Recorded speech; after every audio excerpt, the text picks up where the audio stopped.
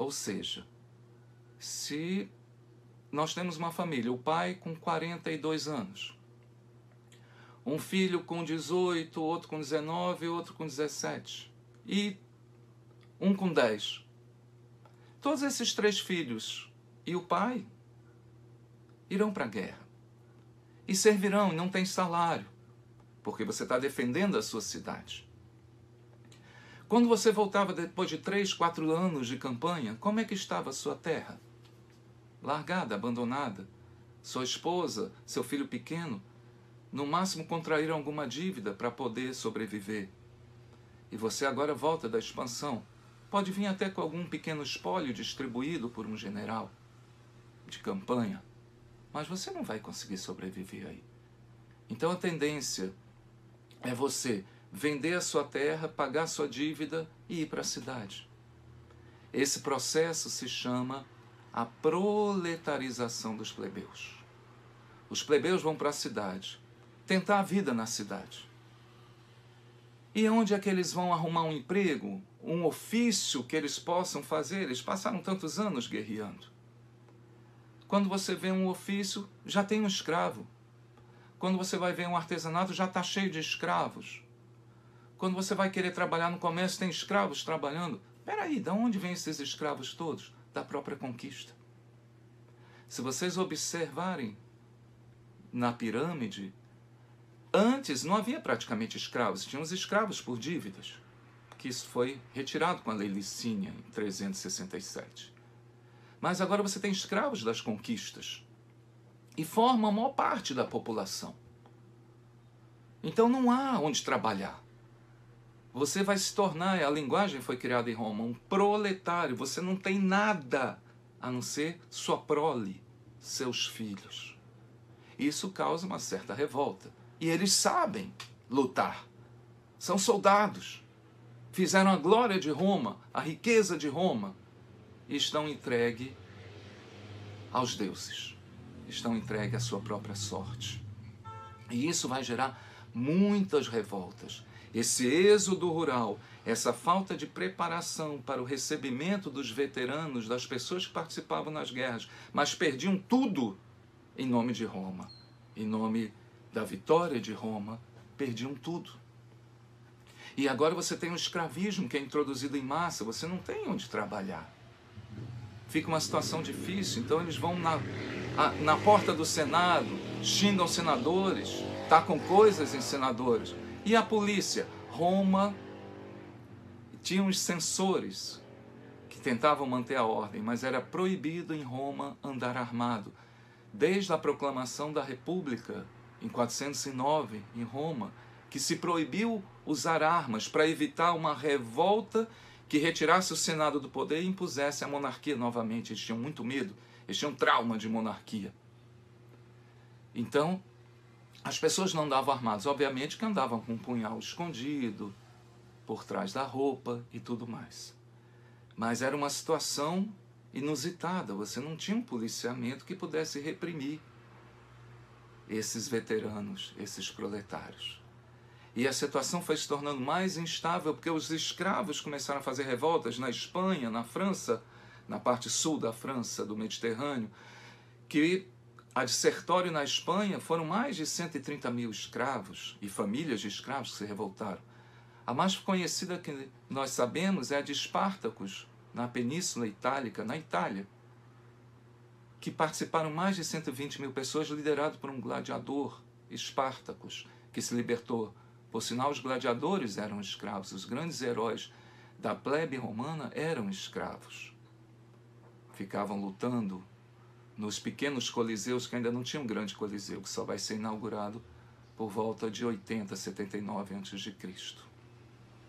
Então essa situação se tornava insustentável. Você tinha Roma rica, mas você tinha agora revoltas dos proletários, antigos plebeus, revoltas de escravos e as províncias que participavam do exército, porque agora não são só os plebeus de Roma. Roma se expandiu e vai colocando no exército pessoas das províncias italianas e depois das províncias não italianas, como da Espanha e de outras províncias africanas e da Europa mesmo. Então o exército romano vai se tornando internacional e cada vez mais as províncias vão exigindo direitos. Mas, professor, o senhor falou que as conquistas dos plebeus paralisaram, que a democracia não aconteceu por causa da expansão. Eu não entendi essa parte, porque agora os plebeus de Roma não têm essa força toda. Se os plebeus de Roma já não são a maior parte do exército, eles passam dificuldades, eles vão se tornar os proletários que vão para a porta do Senado fazer revoltas, maldizer os senadores, apoiar políticos, porque eles tinham direito de votar em alguns políticos na Assembleia da Plebe. Mas as grandes conquistas cessaram justamente quando cessou a conquista da Itália. Circunscritas a conquista da Itália, quando os plebeus do exército, os plebeus de Roma eram muito importantes. Agora não, o exército é multinacional. E as questões também se transformaram. Se vocês observarem novamente o triângulo, os plebeus antigos se tornaram alguns muito ricos, os homens novos que vão participar, através do casamento da lei Canuleia, com os patrícios da nova elite social. Você tem os clientes, aqueles que vivem de favor, já que não têm empregos. São pessoas que vivem, é chamado clientelismo, de favores, prestam favores e são muito fiéis na Assembleia da Plebe em conquistar votos para os seus políticos patrões. Nós temos a maioria dos plebeus que se tornaram proletários urbanos. E a minoria são camponeses agora. Vejam, acima dos escravos. A minoria são camponeses. Antes todos os plebeus eram camponeses. Então a questão mudou. A questão não é mais patrícios e plebeus. Os plebeus se transformaram em novos ricos, em clientes, em proletários e em camponeses, que antes todos eram. As questões mudaram. E a maioria da população agora é de escravos. Então as revoltas de escravos, as revoltas dos proletários e as revoltas nas províncias, em 88 a.C., quase que a Itália é destruída pela revolta das províncias italianas que invadiram Roma. E aí conseguiram direitos políticos e participação no Senado de Roma também. O Senado se enfraquece, ele tinha a obrigação de manter o equilíbrio, de manter a paz. E não consegue. E nesse momento, quem são os grandes heróis do povo? Aqueles que distribuem riquezas quando fazem grandes conquistas, os generais. Que quando retornam a Roma se tornam senadores. Porque são de famílias. Você não tinha carreira no exército. Você tinha carreira, mas você já entrava. Se você fosse da elite, você já entrava para o generalato. E se você fosse bom, você fazia carreira.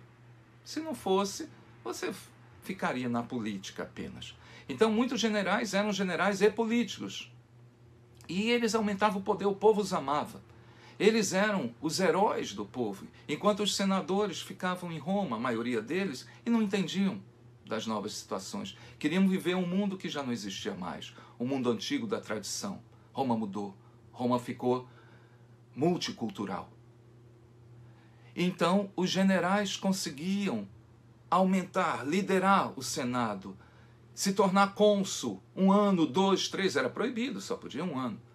Mas exigiam, pressionavam o Senado porque eles tinham o povo do lado deles e as tropas acantonadas ao redor de Roma. Elas não podiam entrar em Roma, as tropas militares das legiões. Então, o Senado manipulava também os generais. Colocava um, depois tirava o poder desse, dava outro, e os generais ficavam disputando entre eles esse poder. E o Senado ia se mantendo num equilíbrio muito inconstante, num equilíbrio muito fragilizado, com essa disputa dos generais senadores com os senadores. Até que 3 generais, por volta de 60 a.C., disseram: vamos nos unir e vamos exigir que nós 3 sejamos cônsules. Júlio César, Crasso e Pompeu, os 3 principais generais. E o Senado aceitou, teve que aceitar. A pressão era grande, popular e das tropas desses generais, das suas legiões. E aí começa a luta interna entre eles. Eles eram cônsules vitalícios. Nessa disputa, Crasso morre numa guerra. Pompeu e Júlio César disputam poder e Júlio César fica com o poder absoluto. Mas ele teme o Senado. E nesse momento, os senadores, quando Júlio César está aumentando seu poder individual, matam Júlio César dentro do Senado, como para ficar uma lição. Nunca mais ninguém tente usurpar o poder dos senadores, porque receberá a morte. Era uma prática comum dos senadores, dos seus capangas.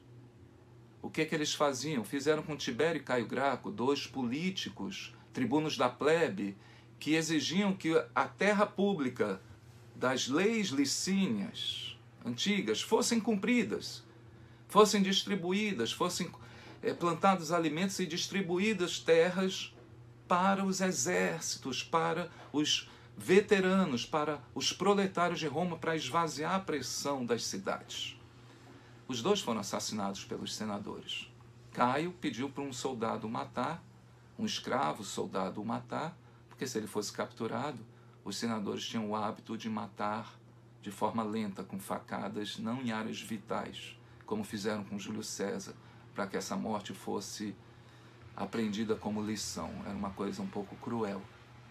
Então, Júlio César não foi o primeiro a morrer por facadas dos senadores. Tibério, Caio Graco e Marco Druso, também outro tribuno da plebe em 91 a.C., morreram dessa forma, pelos senadores, mas não dentro do Senado. A política, os políticos foram desacreditados. Imaginem essa situação. E quando Júlio César é assassinado, os políticos pensando, senadores, que não haveria mais revolta, há um novo triunvirato liderado por Marco Antônio, Otávio, Caio Otávio, sobrinho e sucessor político de Júlio César, e Lépido. Novamente, eles fazem uma guerra civil, estabelecem o domínio sobre o Senado. Lépido morre numa guerra, Marco Antônio se apaixona por Cleópatra, entra em guerra com Augusto, porque ele queria dividir o império, Cleópatra, ele, metade, e Otávio, outra metade. E aí Otávio ganha essa guerra e se torna único. E nesse momento, ele vai recebendo todos os títulos.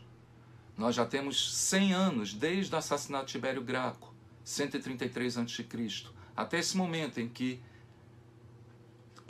Caio Otávio se torna único em 31 a.C., nós tivemos 100 anos de guerras civis, claro que com interrupções, mas são 100 anos de instabilidade social, política.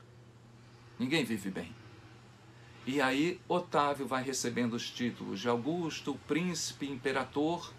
Ao longo de 4 anos, de 31 a 27, ele recebe esses títulos e em 27, oficialmente, ele é considerado o imperador de Roma. Será que Otávio vai resolver os problemas de Roma?